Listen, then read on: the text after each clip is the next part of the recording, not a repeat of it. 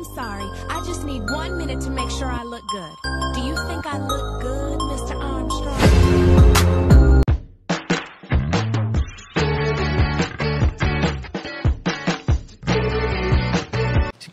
Si Kuya Jens, ano yan, reactor natin yan. Official reactor. Hello mga kalingap! Welcome back sa aking YouTube channel, This Kuya Jens. So kung bago ka lang sa aking YouTube channel, huwag niyo pong kalimutang mag-subscribe at click the bell button para like updated sa bago upload na video. At huwag po nating kalimutang suportahan ng butim Kalingap sa pangunguna ni Kuya Val Santos Matubang, Ate Edna Vlog at syempre Kalingap Rob.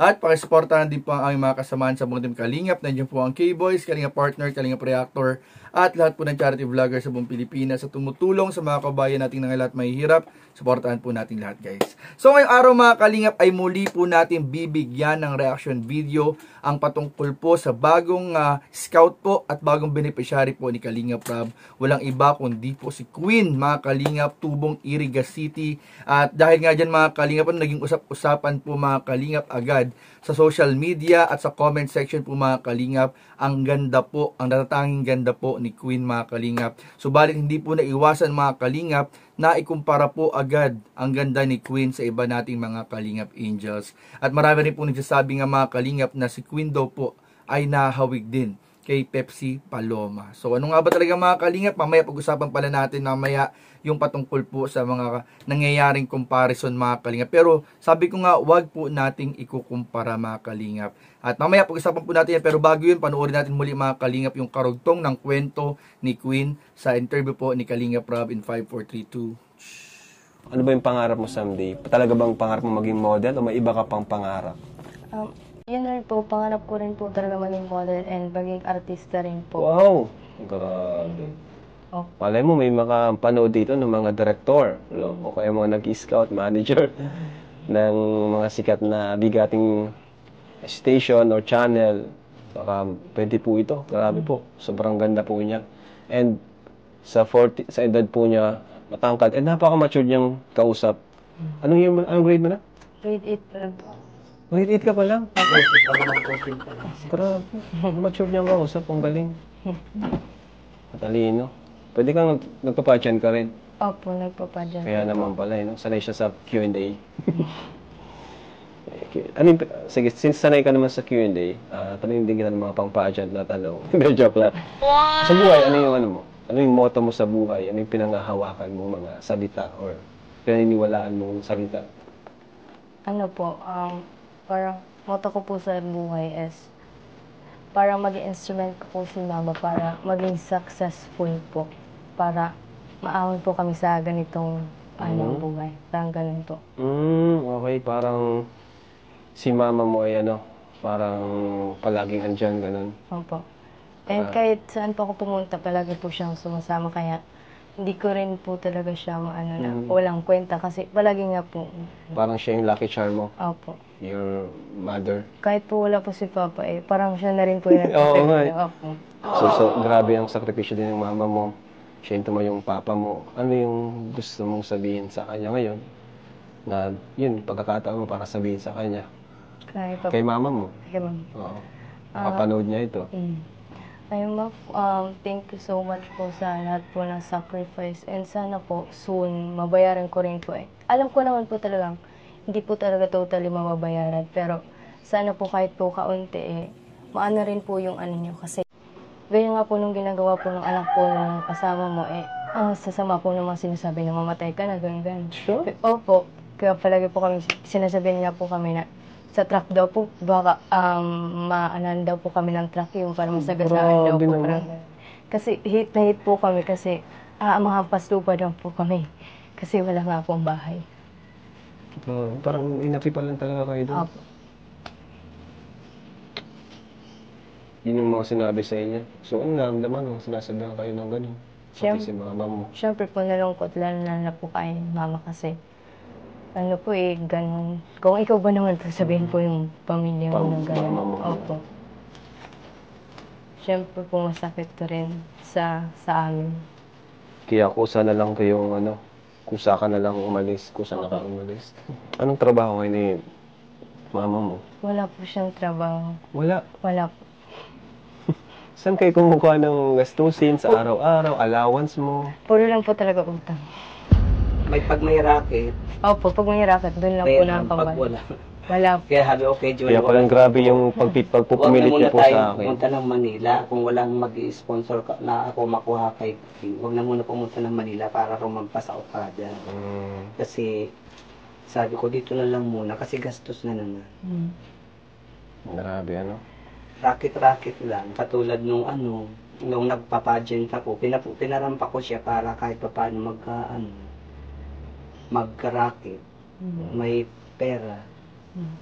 Queen, kahit ganito, mahirap yung buhay, ano yung nagiging motivation mo, inspiration mo tuwing umaga, tuwing babangon ka?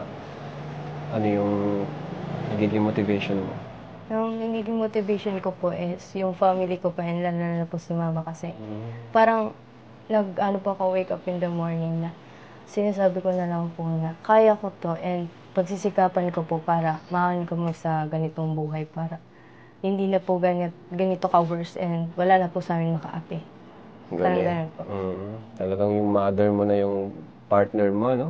Partners in life na talagang andyan, ups and down, yung mama mo talaga. Iba pa rin talaga pag may mama. Sabi nga nila, okay lang kahit walang papa eh. Basta may mama. Grabe.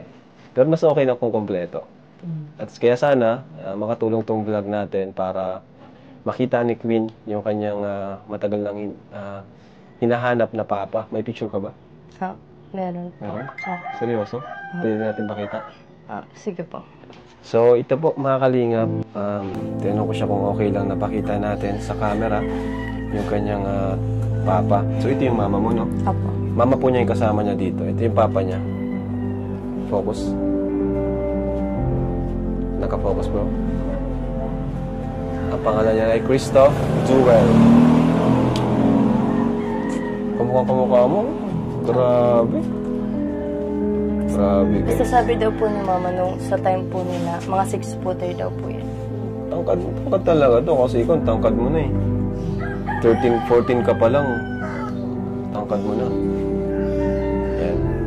So, sana makatulong po sa Facebook. Yan, sa Facebook community natin, sa YouTube community. Please help po natin si Queen by sharing and liking po ng ating vlogs na ito para po sa kanya. Ayan, napisasabihin siya sa mga viewers. Maray na apon po sa inyong amin. Maraming salamat po sa ano po ni Karina. Kalitawa po na po narang rayo. Nakain po si Rasadi para po maunan po ako ng oras. At maraming salamat po kasi kahit paano, sana po makatulong po talaga sa amin. Yun lang po. So nga mga kalingap, mas lalo nga natin nakikilala si Queen at yung kwento ng kanyang buhay, na kanyang pagkawalay sa kanyang tunay na tatay mga kalingap simula nang siya ay ipinanganak, at yung hirap po na kanila pinagdadaan ng mag-ina sa mga nakasama po nila sa buhay mga kalingap. Although napakalayo po ng lugar nila Queen dito po sa Daet, pero talagang sinisika po nila Kalingap Rob na mapuntahan yung mga kababayan po natin na nangailangan ng tulong. At tungkol nga po dyan mga kalingap, yung nabanggit po natin kanina, hindi po naiwasan sa comment section na pag-usapan po ang pagkukumpara tsura ni Queen sa iba nating mga kalingap angels. At isa na nga po mga kalingap sa hindi naiwasan po ay pagkumpara nito kay Carla Topular, na alam naman po natin mga kalingap talagang viral na viral po ngayon si Carla at sobrang sikat po siya ngayon mga kalingap. At ito nga mga kalingap ay paulit-ulit po nating sinasabi na hindi po natin kailangang magkumpara ng ganda sa bawat mga kalingap angels at sa bawat na-discover po o nai-scout na bagong mga beneficiary mga kalingap. Lalo-lalo na mga kalingap, si Queen po ay grabe, kakasimula pa lang naman po mga kalingap ng vlog po niya ay meron na agad mga nasasabi agad yung ibang mga viewers, at hindi po naiiwasan na ikumpara po siya mga kalingap. Huwag po natin mga kalingap ikumpara yung ganda ng ating mga kalingap angels at ng mga beneficiary, kasi lahat po sila ay may kanya-kanya po silang ganda, katangian. At sigurado marami pong taga-suporta nila mga kalingap ang merong nakita doon sa kanilang sinusuportahan. Kaya yun ang kanilang sinusuportahan. Irespeto na lang po natin mga kalingap yung pagsuporta sa bawat mga beneficiary po natin mga kalingap. Siyempre po mga kalingap, hindi rin po natin sabi nga doon sa mga comment section na nabasa po natin, hindi naman natin pwedeng i-compare kasi may lahi po talagang given na po. Alam naman natin lahat na pag may lahi ay talagang nag-iiba po yung itsura. Talagang kumbaga parang artistahin po talaga yung itsura. Given naman na po mga kalingap. Pero po yung mga nabasa nga po natin na pagkukumpara lalo na kay Carla ay iiwasan po natin kasi si Carla po ay purong Pinoy po mga kalingap. Pinoy ang nanay, Pinoy ang tatay at iba po mga kalingap ang ganda ng purong Pilipina. Yan po ang ating masasabi. Iba din po ang ganda ng purong Pilipina mga kalingap. Kumbaga natatangi din po. Kaya wala dapat maging pagkukumpara mga kalingap sa ating mga kalingap angels. So yun lamang po mga kalingap at maraming po salamat sa inyong panunood. Please don't forget to like, comment, share, and subscribe sa ating mga video. Maraming po salamat. God bless. Bye-bye.